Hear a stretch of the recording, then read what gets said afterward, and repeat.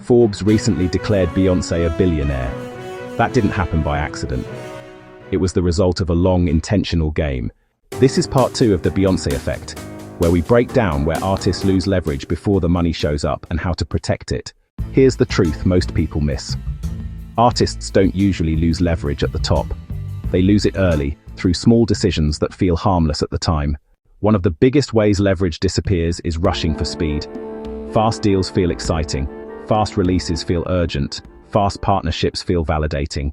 But speed without leverage is expensive. When you move too quickly, you give up control before value is proven. Another common mistake is confusing help with ownership. Support does not require ownership. Managers, consultants, and advisors are there to organize, negotiate, advise, and execute. They should not automatically own your masters, your publishing, or your company. Help is a role.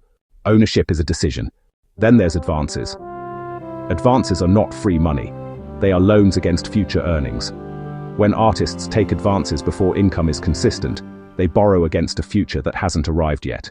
That creates pressure. Cash flow is safer than borrowed money.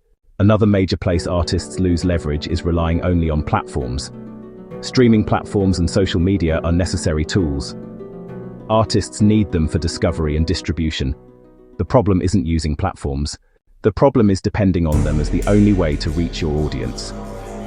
If you don't own direct access through email, text, ticket buyers, or community, platforms control your reach, pricing, and visibility. Use platforms for discovery. Build ownership off platform. That's where leverage lives. Structure matters too. No structure means no protection. Without a company or clear setup, one bad deal, one dispute, or one slow year can affect everything. Structure is how careers survive volatility. So what did Beyoncé do differently? She slowed down when needed. She protected ownership early.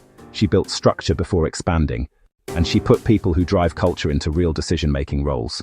That's how leverage compounds. If you're an artist, ask yourself this: what do I actually own? Who controls my contracts? Where am I rushing?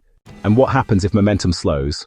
Clear answers protect leverage. Leverage isn't loud, it's patient.